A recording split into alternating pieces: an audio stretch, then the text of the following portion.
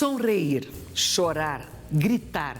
¿Será que siempre pensamos a la hora de reaccionar? Las expresiones son reacciones biológicas, motoras y sensitivas, y todas siempre están cargadas de emociones que comunican mucho. Voluntariamente, poder impedir essa comunicação e esse pensamento é generar um bloqueio emocional, um bloqueio que vai cerrar todas as conexões biológicas para que logremos não demonstrar o que estamos sentindo. Sin embargo, se paga um preço alto.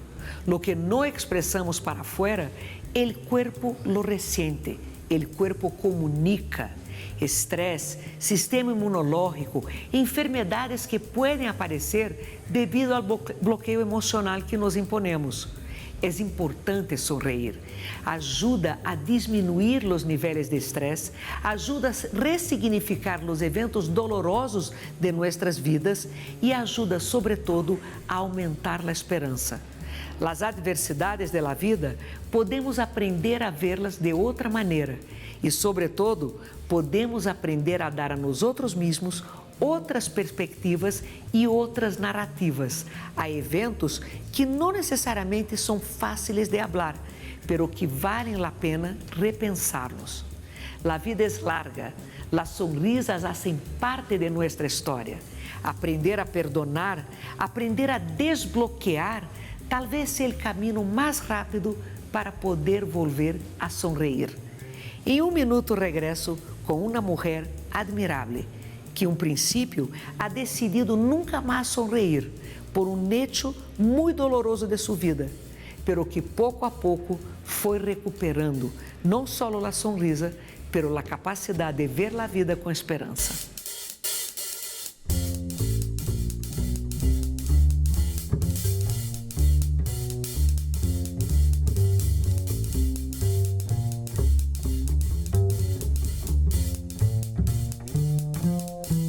E a conversação hoje é com uma mulher que eu admiro, é uma grande amiga e é uma mulher que tem uma energia e uma capacidade para inventar-se coisas impressionante.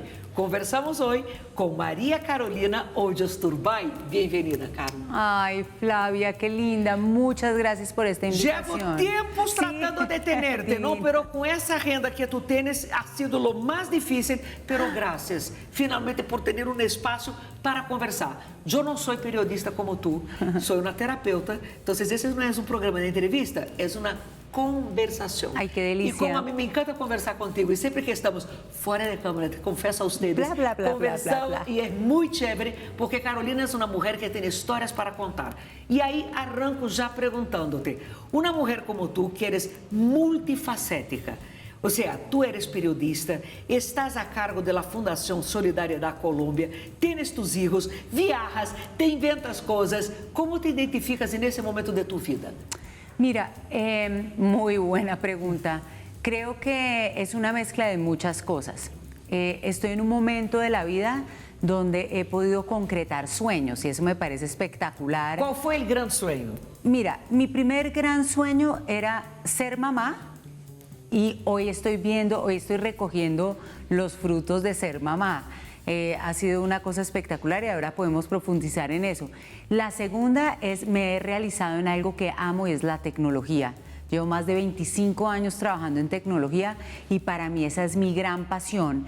Veo frutos, veo que Pero he podido transformar. Pero hay una duda que yo nunca te pregunté, porque tú manejas toda la Fundación Solidariedad Colômbia por Colômbia, pero yo te veo siempre en charlas quanto a eso. ¿Qué es lo que haces tú con tecnología? Sí, mi carrera en tecnología comienza desde que entré por primera vez al Ministerio de Comunicaciones, antes que se llamara TIC.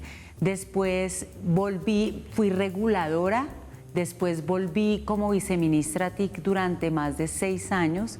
Entonces, digamos, he podido tener un recorrido importante. Pero sempre na parte administrativa, porque claro. uno quando está nessa área de ministérios e todo, eu vejo mais dentro do administrativo, hoje eu te vejo actuante com a tecnologia, tocando, não, na matéria. Y la otra es que desde que salí de ser viceministra, yo me dediqué a crear producto de mi experiencia, una fórmula para transformación digital. Entonces doy muchas conferencias y acompaño muchas organizaciones a que hagan ese tránsito del mundo analógico al mundo digital, la transformación digital. Y también doy charlas al respecto. ¿Cómo se hace esa transformación? La transformación digital, no hay sector, no hay compañía, no hay ser humano que se pueda quedar en el mundo analógico. Y no se puede quedar en el mundo analógico simplemente porque la tecnología llegó para quedarse. Si hay una estrategia de las compañías, pueden hacer que las compañías estén más cerca de su consumidor, le hagan más fácil y más agradable la experiencia, sea más rápida. Cada vez somos más intolerantes. Cuando tú te demoras haciendo un proceso, un onboarding o una compra por internet y te demoras, ¿qué pasa, Flavia? Abandonas el proceso, ¿cierto? Y quedas con porque cada vez el cliente es más intolerante. Te voy a dar un ejemplo, entonces, de esta mañana que me pasó, Threads. Yo empecé a ver las noticias y me molesté porque me parece lento el tiempo que demora para cargar las noticias. Tú pones en Twitter y cuando vas a Threads, não entra, demora, como se estivesse pensando todavia Threads. E eu pensei isso na manhã, não me vou ajustar a essa plataforma, a essa aplicação. Mira que cada vez somos más intolerantes. Hace 12 años el relojito cargaba y se demoraba y estaba bien. Hoy en día no lo hacemos. Quiere decir que las marcas tienen que entender los consumidores, tienen que entender el mercado, qué es lo que quieren y darlo en fracción de segundos. Cada vez las cosas tienen que ser más intuitivas. ¿Tú volviste a leer un instructivo de cómo utilizar un celular? No. Jamás. No, de Tiene nada. que ser intuitivo. Ya De hoy en día nada. uno no lee Nada. manuales de nada, ¿no? Nada. Entonces, la tecnología tiene un gran reto. Las marcas, las empresas, los servicios, y a eso me dedico yo, acompañarlos a entender cuáles oportunidades tenemos con la tecnología. Y te pregunto, ¿inteligencia artificial va a reemplazar a las personas? No, mira, esa es una muy buena discusión y hace poco estaba en un foro sobre eso moderándolo. Te voy a decir, yo creo que al principio y al final de la comunicación va a tener que haber un ser humano, es decir, un ser humano para terminar para programar los computadores, para programar las máquinas. Lo que pasa es que cada vez hay una participación de las máquinas. Las máquinas se pueden hablar sin los seres humanos. Eso se llama M2M. Hablan máquinas y logran cosas interesantes. Pero al final de la cadena de valor, los seres humanos vamos a ser irreemplazables. Le falta el amor, la mirada, el tema kinestésico. La historia personal. Eso que yo digo, o sea, cada vez que hablan de robots, yo digo, pero ¿y dónde va a quedar essa parte da história personal de cada um, esse intercâmbio, não, de las percepções que cada um tem?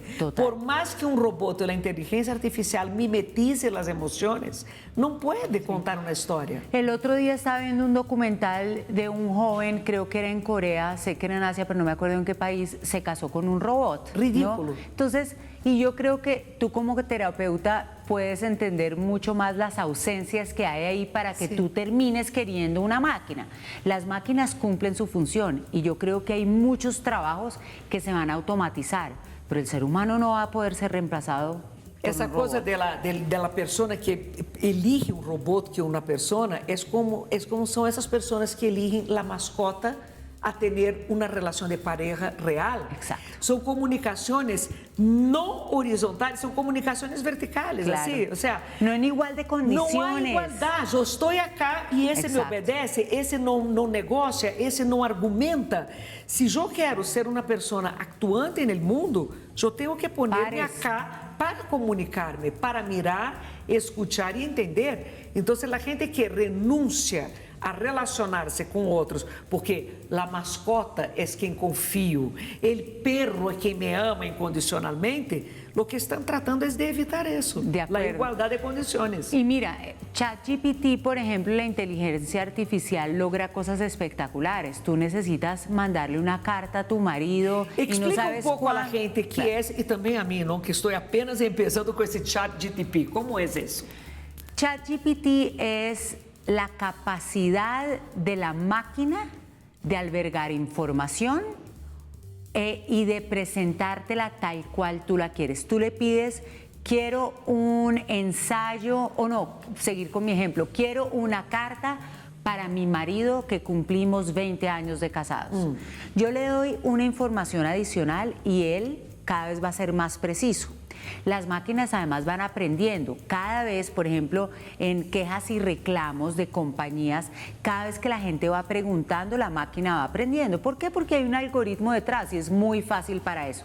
Pero te voy a decir, entre seres humanos y máquinas, tú le escribes una carta y probablemente tu marido quede sorprendido de la belleza.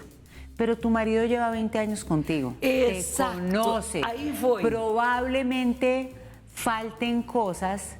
No va a quedar tan bien redactada, Flavia, pero vas a ponerle el amor. Algo que hace como esas maripositas en el estómago. Probablemente el amor, la rabia, la frustración, claro. porque también yo voy a perder la oportunidad de comunicarme. Exacto. Entonces, yo sí estoy a favor, creo que vale la pena tener la inteligencia artificial, utilizarla para un propósito importante. Creo que el tiempo de respuesta es menor cuando tú, por ejemplo, en los sitios de atención a clientes lo hace a través de respuestas por robot. Los seres humanos nos demoramos más que los robots y eso puede ser espectacular y ahí podemos ahorrar plata en la operación, pero en muchas otras cosas eso que tenemos los seres humanos, el corazón, los sentimientos, va a ser imposible. Não, total, e a oportunidade de verdade de ter crescimento personal. Tu me hablas de uma carta para um marido em ChatGPT, eu não pude comunicar a ele como me sinto, tratar de mandar mi inconsciente, mis emoções, e ele tampouco tuvo a oportunidade de conhecer-me um pouco mais. Exacto. E aí as relações se vão a perder. Pois eu não creio, porque eu não creio em inteligência artificial. Eu creio que a inteligência artificial aún se choca com a brutalidade real. E a brutalidade real é necessária para que nós outros sigamos aprendendo e desfrutando da vida também, não? Agora, tem coisas boas, buenas. Há coisas excelentes. Agora, te pergunto, em la parte econômica, isso é muito bueno quando estamos falando esse vocabulário dentro de um contexto socioeconômico distinto. Como fazer chegar a todo el mundo? Exacto. Una de las cosas que más me seduce de la tecnología es la capacidad de masificarse rápidamente. Yo me acuerdo, era mi primera vez en el Ministerio de Comunicaciones cuando salieron las licencias de celulares. Y me acuerdo que era los finales de los 90s y todo el mundo señalaba al Ministerio de Comunicaciones que decía, están legislando, están creando servicios para los ricos. Porque de verdad, tener un teléfono celular en ese momento, eso era el lujo. Mira lo que pasó con la tecnología. Hoy en día, nadie tiene teléfono fijo. Y todo el mundo tiene teléfono celular porque existió el tema de la masificación. ¿Qué es lo más seductor de la tecnología? Que cada vez se está cortando más el tiempo de cuando sale un invento del laboratorio a que todo el mundo lo tenga. O sea que el costo vaya bajando. Bajando. Listo. Y va generando esa última milla, accediendo los que históricamente no acceden. Fundação Solidariedade por Colômbia. Como manejas, então, esse amor por tecnologia, todas essas charlas e esse trabalho, que é um trabalho tão bonito, que acaba de ter a Caminata de la Solidaridad de este año? Exacto. Y fue todo un éxito de verdad que espectacular. Estamos en una casa en donde... Se apoyó mucho. Muchísimo, de verdad que sí. Para mí, mi abuela fue por cosas de la vida, mi mamá. No, yo perdí a mi mamá y entonces mi abuela Nidia... ¿La caminata viene a raíz de tu mamá? De mi abuela. Pero, no, digo, a raíz no, ya te voy a explicar, no. Exacto, ¿cuándo empieza la caminata? Exacto. Mi abuela Nidia crea la Fundación Solidaridad por Colombia desde 1975 y la crea por una cosa, probablemente ella viene de familia inmigrante, donde cuando hay carestía, cuando hay dificultad y de todo, tienen probablemente un sentido de la ayuda y de la generosidad distinto. Y mi abuela, en una época que era una atrevida, dijo lo siguiente: yo quiero dedicar mi vida a la educación de los jóvenes más pobres, porque la única manera que vamos a superar la pobreza es a través de la educación de los jóvenes. Y creó esta fundación.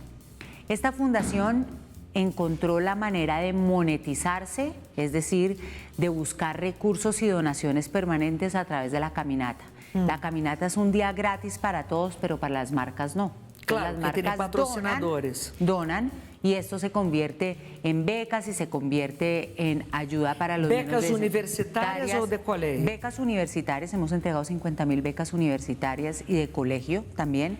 Tenemos 19 jardines infantiles, hemos apoyado a más de 20.000 adultos mayores, hemos estado en varias partes de Colombia durante 48 años, hemos atendido más de 5.2 millones de personas. Wow. Y todo esto ha sido un esfuerzo privado, el 80% son recursos privados. Esto, mi abuela hace unos años, tenía como 87 años, me dijo, por favor, tendría que ser su madre la que continuara con esta labor, pero su mamá se la llevó el narcotráfico. Venga y trabaje conmigo. Para mí llenar los zapatos de mi abuela era muy complicado. Yo me imagino. Pero entendí que a mí la solidaridad me la dieron en el tetero, yo crecí con esta organización, entendí que la mejor manera de vivir es a través del servicio y pues con mucho miedo le dije a mi abuela que entraba a la Fundación Solidaridad por Colombia. Desde entonces entendí... ¿Tú tenías cuántos años cuando asumiste ese reto junto a ella? Pues lo asumí hace 6 años. Ah, no, yo pensé que desde muy temprano tú estabas junto a ella en eso. Siempre he estado, pero no liderando, presidiendo. Es que hoy en día la presido mi abuela. Porque tú participabas ya de todas las cosas desde niña chiquita. Desde chiquita. Claro. Es más, cuando mataron a mi mamá, a mí me invitan a ser parte de la junta directiva. Fue mi primera junta directiva que estuve en la vida. Entonces, digamos que he tenido un vínculo muy grande, pero esta vez me estaba invitando, era más o menos a reemplazarla. Yo le decía, pues realmente para mí eso es tenaz, ¿no? Pero bueno, asumí el reto y me di cuenta que no podía llenar sus zapatos porque era una mujer increíble. Entonces decidí caminar a mi ritmo, a mi manera, inspirado en ella, y ya llevo 6 años acá. ¿Y cuál fue la diferencia de tu ritmo para el ritmo de ella y la manera?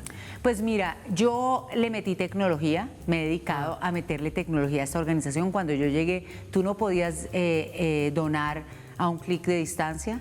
Hoy en día nosotros nos convertimos... Por teléfono, claro, por QR code, exacto, todo. Entonces, digamos, le he hecho transformación digital a la organización, pero cuando llegó la pandemia entendí, Flavia, por qué es que yo estaba ahí. Porque hicimos la caminata digital, virtual. Fue el evento más grande en América Latina virtual, 680 millones de impactos. Upa. Y pues digamos que ahí me di cuenta que realmente ese era Dios me tenía para ese momento en la época de la pandemia para poder meterle lo que yo sí sé. Entonces, tu ritmo fue mucho más acelerado que el de ella al fin del día. Sí. Que de tu abuela. Sí, más acelerado en ese sentido, pero ella también fue, digamos que, demasiado importante porque ella creó y montó el modelo de intervención para jóvenes, de liderazgo, de valores, la creación de toda la apuesta social es de ella, ¿no? Entonces, digamos que yo en ese campo no he tenido que hacer mucho sino ejecutar, y en lo que sí he tenido que hacer es en lo que me gusta, que es el tema de la digitalización, de la generación de activos digitales para la organización, de entender cómo podemos estar más cerca de nuestros beneficiarios cuando ya dejan de estar el día entero con nosotros, y además de enseñarlos a ser ciudadanos digitales, porque ahora les hablamos de liderazgo y de valores, pero también le hablamos de cómo es importante ser un ciudadano digital. Por eso, enseñar a la gente, ¿no? Tú tienes también ese trabajo ahí, exacto, de enseñar a la gente cómo acceder, porque fue uno de los, mira, hablando del código QR, uno de los problemas pós-pandémicos fue eso, ¿no? La gente que no quería utilizar el código QR en restaurantes, o hasta en quejas. Hoy en día, se te das cuenta, para compras, código QR. Outro dia, eu vi uma propaganda que dizia, se eres médico, activa o código QR para que tus pacientes te paguen. Exacto. Caramba, Sim. a que ponto chegamos agora? Já não há mais a transferência ou o pagamento com cheque efectivo? Estoy tan de acuerdo contigo que por eso te decía al principio, la tecnología llegó para quedarse. Pero y la hacerle gente caso. mayor, Carolina, Sí. porque ahí viene el problema. Exacto. Vas a un médico, una persona, y al fin el médico, mira, usted me paga con ese código Sí. QR. ¿Cómo hacer, no los jóvenes, porque los jóvenes están Sí, todo el tiempo nativos curiosos, digitales, pero claro. cómo hacer con una generación que va a vivir hasta los 100 años, es una realidad, pero aún está con mucha dificultad hasta para hacer funcionar un celular. De acuerdo, ese es un reto de todos. Yo creo que la tecnología cada vez está tratando de ser más intuitiva, pensando en los que más difíciles le toca, que son los inmigrantes digitales, es decir, las personas, los adultos mayores. Y creo que cada vez se está tratando de ser más intuitiva, más fácil. Además, inclusive hay personas con algún tipo de discapacidad que les queda muy difícil, pero mira que cada vez los celulares y las aplicaciones tienen cosas para ayudar a las personas con algún tipo de discapacidad. Por ejemplo, mi padre tiene una discapacidad visual.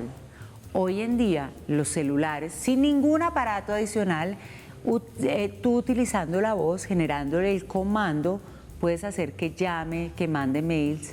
Es decir, cada vez más la tecnología está haciendo un esfuerzo enorme para que las personas... Para llegar a la edad mayor. Exacto. Porque es eso que uno puede ver hoy en día.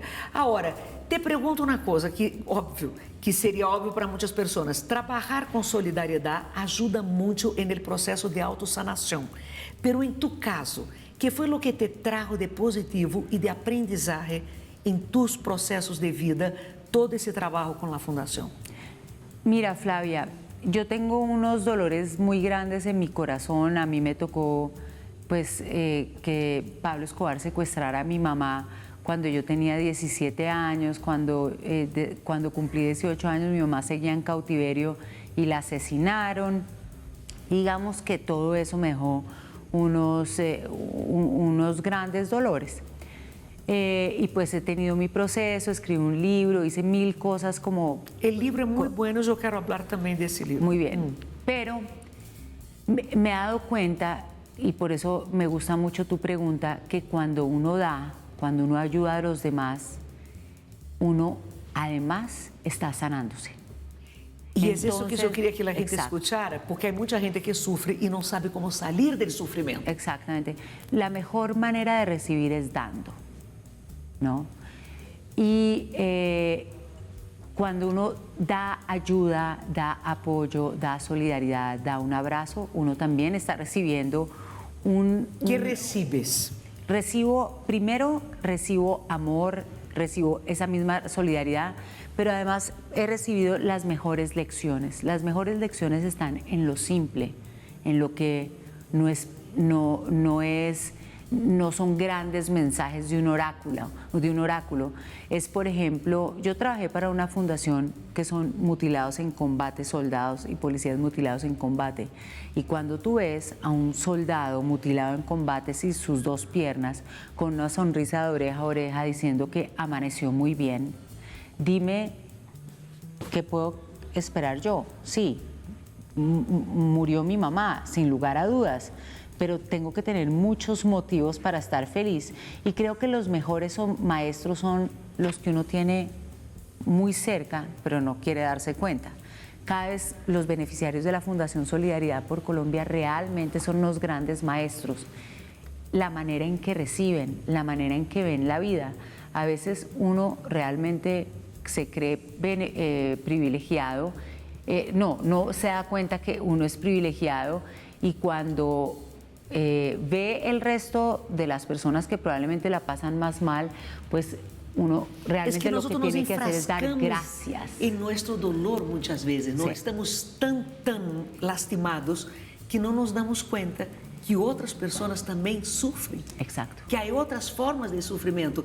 Y cuando tú ya empiezas a entender que la vida no es justa para nadie, sí. Nadie la vida es justa, sí. Pero es didáctica. Sí. Y cuando tú ya empiezas a percibir ese concepto del didáctico, de alguna manera te disminuye el dolor. Exacto. Pero mientras tú estás en la injusticia, que la vida fue injusta conmigo, que mi dolor es el más grande del mundo, tú no ves al otro. Quiero decirte algo. Cuando mataron a mi mamá, yo me preguntaba, ¿por qué a mí? ¿Por qué a mí? ¿Y por qué mi mamá? Mi mamá no le hizo nada a nadie, mi mamá era una periodista, era una mujer ejemplar. Sí, como dices tú, la vida es injusta, pero cuando mi pregunta cambió, mi vida también cambió. ¿Cuál fue el cambio de pregunta? De ¿por qué a mí? ¿Para qué a mí? ¿Qué tengo que aprender de esto?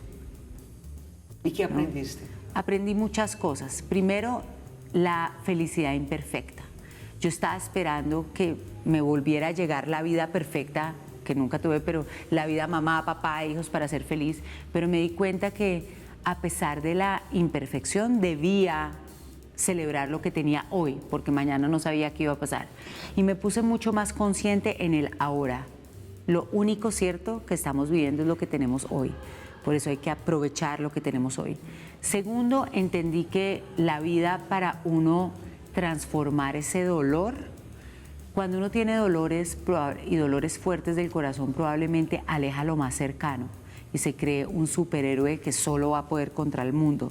Y resulta ser que hay que aprender a pedir ayuda y hay que aprender a valorar bajar la prepotencia. Y hay que aprender a valorar la red de apoyo, que es nuestra familia y lo más cercano. Nosotros le damos muy duro a la gente que tenemos al lado, ¿cierto? Y cuando empezamos a valorar a esas personas de una manera distinta, sí que te pueden prestar una buena ayuda. Yo puse un post hoy y decía que para mí el cuento de la manada, el cuento de mi familia, es que se ponen la 10 cuando tú tienes que perseguir y alcanzar una meta, celebran contigo tus triunfos, le ponen el hombro, te prestan el hombro para tú llorar tus caídas, pero siempre están ahí. Mira, el domingo pasado fue mi caminata, la caminata de la solidaridad, y cierro los ojos y solamente puedo darme cuenta, Mateo, mi hijo menor, corrió la 5K, estuvo todo el tiempo conmigo, me acompañaba a entregar las condecoraciones. Mi hijo mayor fue el que hizo de jurado. Es decir, cuando uno hace equipo, cuando uno sabe que cuenta con gente imperfecta como uno, la vida aunque no sea familia, ¿no? Porque claro, tú tienes no solamente, a pero claro, hay gente que a veces no claro, tiene, sin hay lugar a gente que dudas. está sola. Claro. Por eso hablo de la red de apoyo, porque la red de apoyo no tiene que ser familia. Pero eso definitivamente en mi proceso de resiliencia, de pasar la página, de entender que a través del amor, a través del dolor podía encontrar amor, eso fue demasiado importante, ¿no?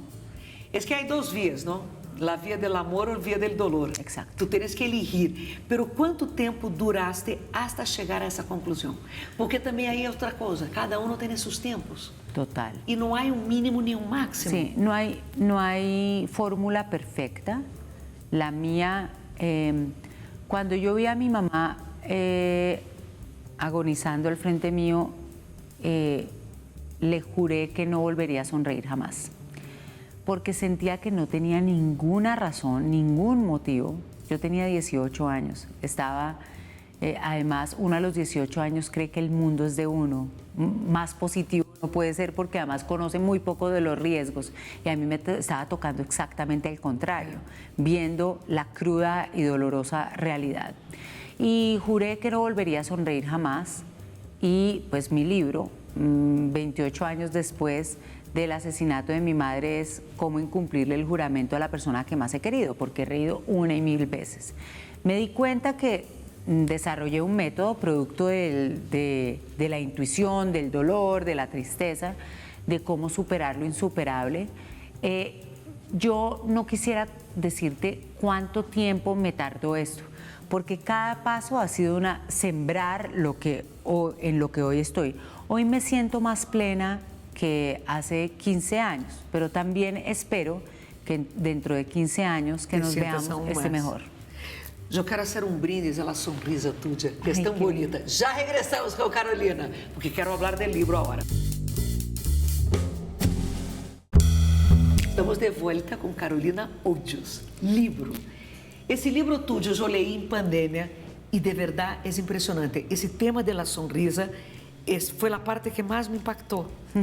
Porque uno a los 18 anos está num dolor tão grande e fazer uma renúncia dessas é uma renúncia importante. Muy importante y muy dolorosa. Muestra, exato, Sí. muestra muito o dolor. Sí. Porque tu estás dimensionando que tu vida aí se queda qualquer possibilidade de felicidade. Como foi que chegou o livro e quando cambiou o tema da sonrisa? Mira, en el 2000, a mi mamá la matan en 1991. Y cuando, digamos, mi proceso se fue dando, logré entender que sanar era también perdonarme a mí, perdonar La rabia, não, que la sentiste. rabia Porque que quando não sentía. há de auto-perdão, não entende que é perdonar esse momento de ódio Exacto. que nós outros nos damos tão duro Es por durísimo, exacto. Y entonces me perdoné a mi mamá también porque aunque no fue la culpa de ella, yo me sentía abandonada por ella, ¿no? Entonces también tuve que entender eso y después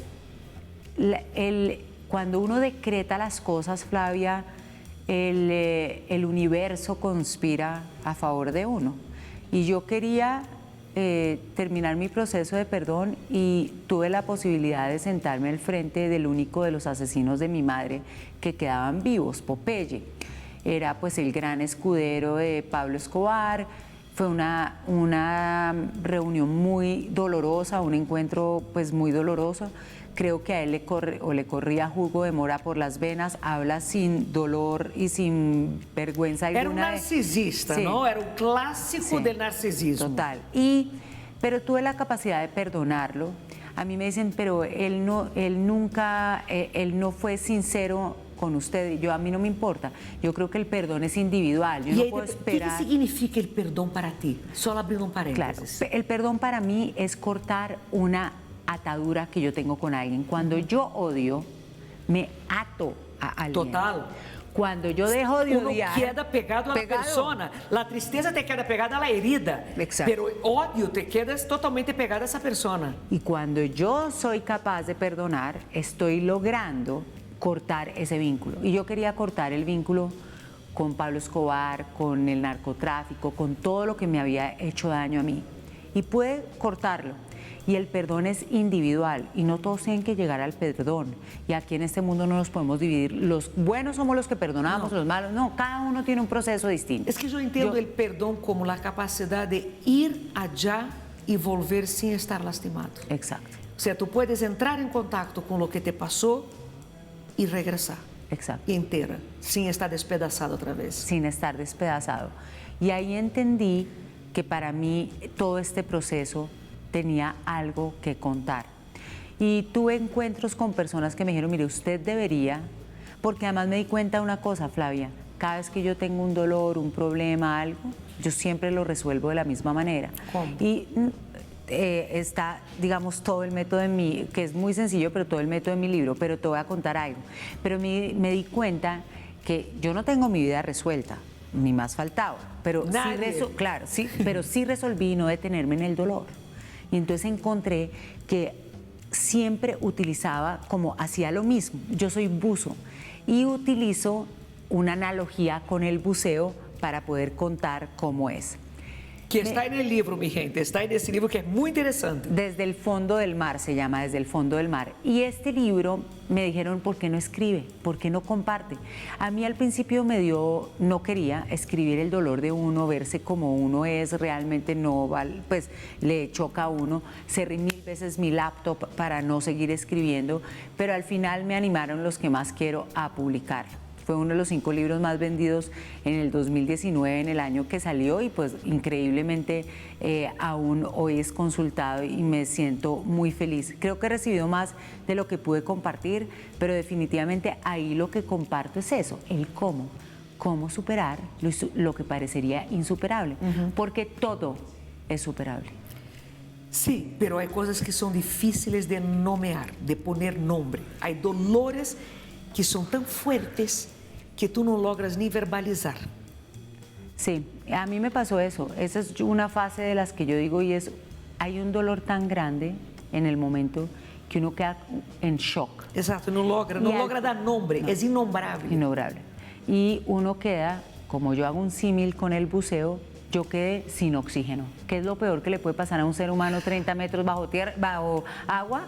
Quedarse sin oxígeno, porque uno siente que se va a morir literalmente. Pues mi vida y lo que yo tenía que hacer era subir esos 30 metros a superficie sin morir en el intento. Volver a recuperar la capacidad de acción. Además, cuando uno queda en shock, uno ni siquiera, además pasa por todas las fases, ¿no? La negación, la rabia, la tristeza, de todo, pero en el momento del choque, en el momento de esta cosa, uno queda inclusive como paralizado sin poder actuar, ¿cierto? El dolor es tal que el dolor invade todas tus células. e não logras fazer nada. No logras hacer nada. Pero tú decías del proceso de sanación tuyo, o sea, hiciste como para dar de alguna manera un aliento a la gente que no sabe cómo Sí, entrar en contacto y encontrar el nombre y palabras para ciertos dolores. sí. La primera cosa que hay que yo diría, yo no me siento ejemplo de nada. Simplemente creo que a mí me ha funcionado y si a alguien le puede funcionar, Flavia, pues está bien. Pero yo ni soy terapeuta, ni psicóloga, ni nada. Pero fui entrenada por Pablo Escobar en dolor y en cómo superarlo gracias a mi red de apoyo y a muchas cosas que me pasaron. Lo primero que yo creo para uno superar el dolor es saber que las cosas van a estar mejor. Es decir, en medio del dolor tener algo de positivismo. Algo de esperanza. De esperanza. Yo creo que la mente es muy poderosa. Con el dolor sí que entendí que yo era capaz de controlar cualquier dolor físico y cualquier dolor, que eso es muy malo, pero peligrosísimo. Es muy peligroso. A mí las cosas que me han pasado por dominar mi cabeza, ahora estoy tratando de desdominar mi cabeza y no controlar tanto el dolor, inclusive físico, pero la mente es demasiado poderosa y si tú crees que nunca vas a poder superar el dolor, no hay método ni cosa que te pueda superar. Es que el cuerpo cree en todo lo que la mente dicta. Total. Todo. Y si tú en medio del dolor entiendes que con humildad, haciendo una serie de cosas, pero teniendo esperanza, tú te pones en un chip que los milagros pueden aparecer. Pero si tú crees que de ahí nunca vas a salir, ni el más genio de los genios te va a poder sacar de ahí. La otra cosa, yo sí creo que es importante confiar en algo adicional, es decir, en el universo, en Mahoma, en Dios, en el que sea, pero no estar solo en momentos de dolor sí que funciona bien. Y la fe, yo no tenía tanta fe. Y después de mi dolor entendí que se convirtió en un recurso No demasiado... peleaste nesse momento justo com a fé, porque há muita gente que justo é quando rompe completamente la creencia. Total, pero es tan divino. Tú sabes cuando tú peleas con tu marido que te ama y hace todo para no dejarte poner brava, ¿sabes? Para no romperse. Me gusta el paralelo. Te voy a contar algo. Yo peleé con todo lo que creo. Y son tan divinos y espléndidos conmigo que hicieron todo para que yo no fuera capaz de cortar de raíz con ellos. Entonces, ahí pues ya me rendí y dije, no, pues no, sí voy a seguir creyendo porque todo me demuestra que es mejor no estar sola.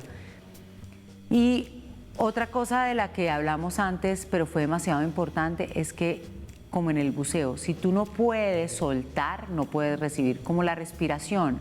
Para un buzo lo más importante también, para cualquier ser humano aquí en la superficie, no respirar, pues simplemente mueres. Debajo del agua es más visible porque además lo oyes, porque además tienes un tanque de oxígeno para hacerlo, porque tienes muchas cosas que tienes que hacer para poder respirar. Y ahí el tema de recibir y soltar se convierte en algo muy importante. Tú tienes, aunque te cueste lo que te cueste, estar dispuesta a soltar. Solamente hay una recuperación en la medida en que seas capaz de entender lo que te hace mal y soltar. Para mí, por ejemplo, Flavia, una de las cosas más dolorosas que yo tuve que soltar fue una pijama. La pijama de mi mamá, cuando secuestran y matan a mi mamá, yo cojo la pijama que aún olía a ella. Y probablemente si alguien más la huele después de 2 años, porque yo dormí con ella así 2 años, pues probablemente para el resto de la humanidad no olía nada. A mí me olía a mi mamá porque la cabeza me ayudaba a que oliera a mi mamá. Para mí fue demasiado importante y un momento como de decir, así como los fumadores cogen la última cajetilla y hacen a la caneca y dice, listo, y ese acto se vuelve demasiado importante y una semilla para la recuperación.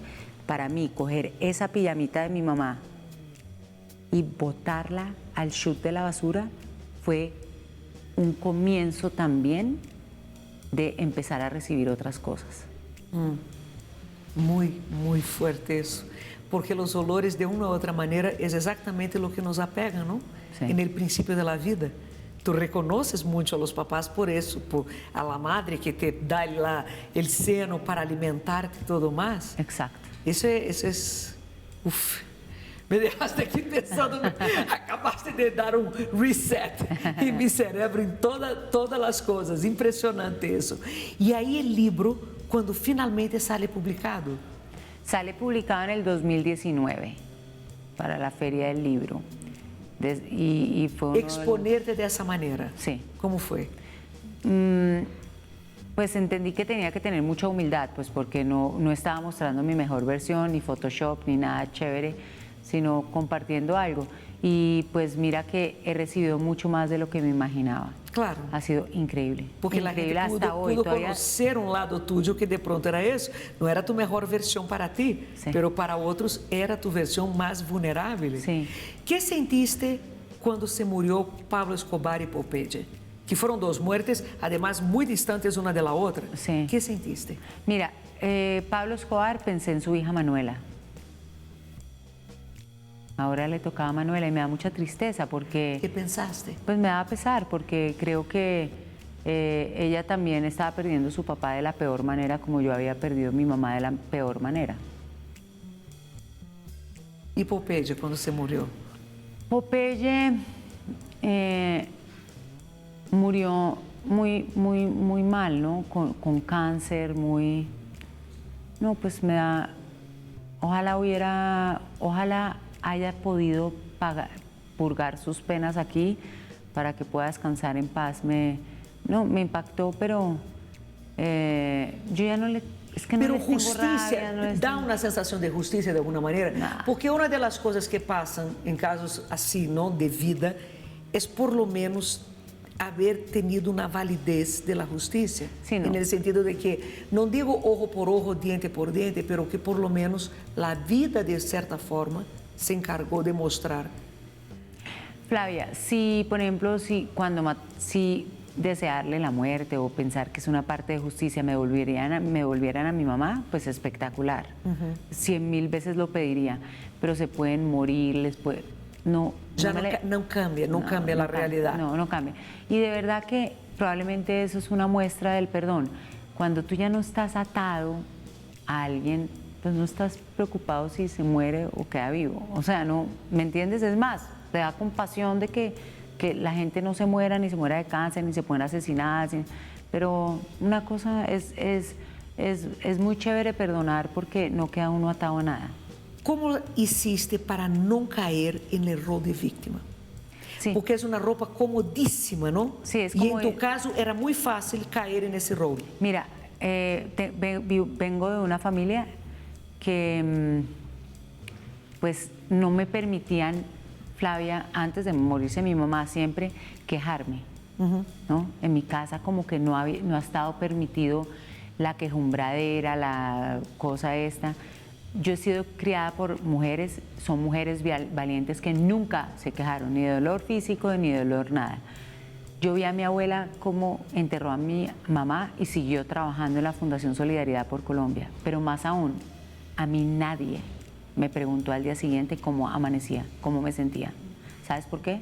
Porque todo el mundo estaba devastado. Claro. Nadie me preguntó. Cada uno estava lidiando com su duelo e su dolor, claro. Y como nadie me preguntó, yo no tuve tiempo de que nadie me dijera, de que a mí nunca me dieron espacio para ser víctima. Yo no sé cómo es esa vuelta.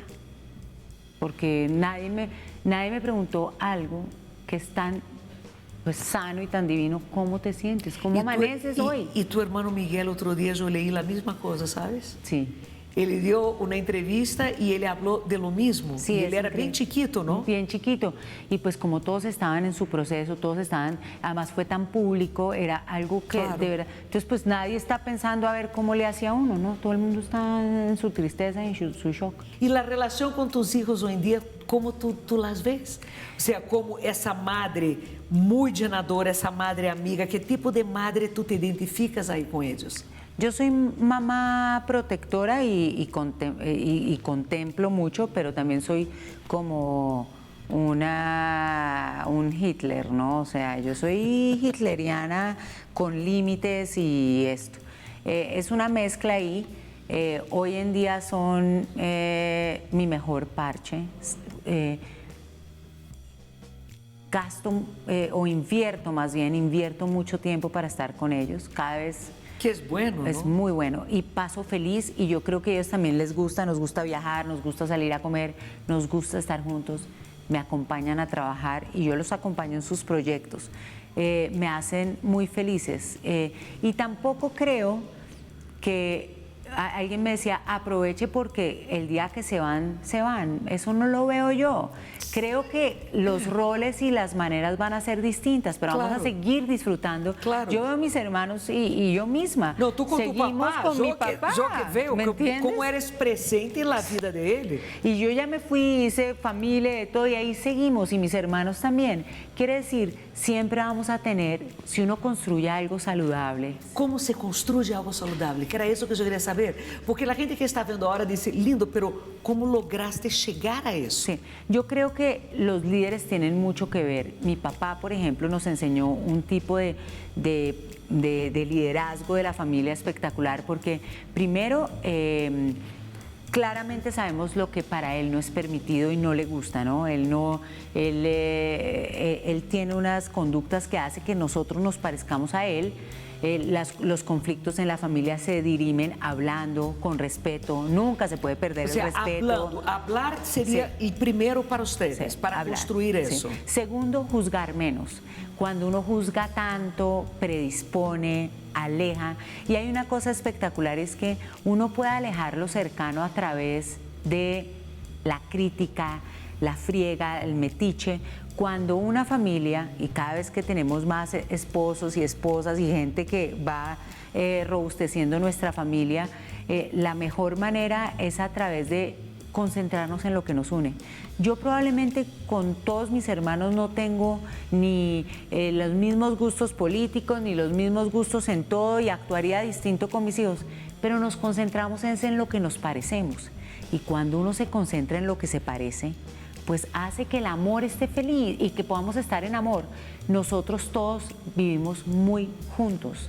Tratamos de pasar los fines de semana juntos y nadie nos está obligando, Flavia. Pero lo interesante para quien está escuchando y que de pronto no tiene una buena relación es eso, el hablar, el no juzgar, que entiendo que viene de la desidealización de la perfección. Exacto. Cuando tú dejas de buscar ese perfecto y ya dejas de idealizar, es cuando dejas de juzgar. Exacto. Tú juzgas cuando estás buscando algo que no existe. Total.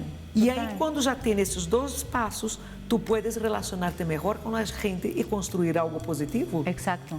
Y que lo una el amor. Inclusive te voy a decir, yo con mis hermanos, todos tenemos, todos nosotros, los cuatro, no somos de la misma mamá y del mismo papá. Es decir, la mezcolanza es tal que podría ser una bomba atómica. Pero entendimos que el amor empareja y el amor une. Ese es el mejor lenguaje. Y así hemos educado a nuestros hijos hasta ahora. Y nuestros hijos todos están en manadita y les gusta pasar las fines de semana y las vacaciones juntos por eso. Bem, isso me pareceu bueno para que uno aprenda hoy. Vamos a un corte y ya regresamos.